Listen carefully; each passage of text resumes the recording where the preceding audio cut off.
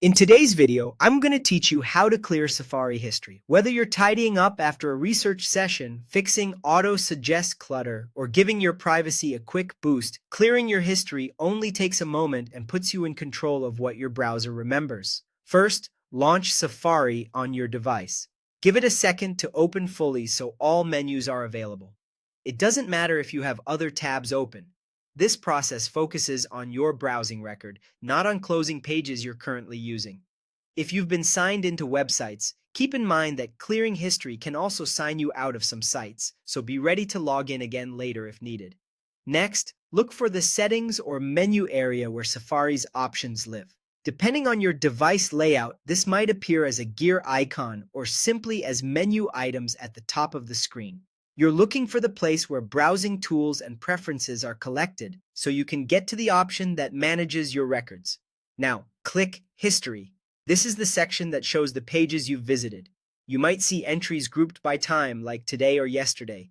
We're not here to scroll through the list, though. We're going to clear it. Opening the history area ensures you're in the right place to manage what Safari keeps and what it forgets. Use the pop-up menu to choose how far back you want to clear. You'll typically see options like the last hour, today, and yesterday, or all history. Pick the shortest time range that meets your goal if you only need to remove a small window of activity. Choosing a wider range is best when you want a fresh start. Remember that clearing history often removes related website data for that time period too, which can log you out or reset site preferences.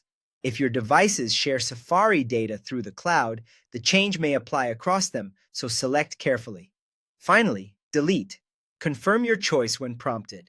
This step is permanent for the selected time range, so take a last glance at your selection before you proceed. Once complete, Safari will remove those entries and any associated data covered by your choice.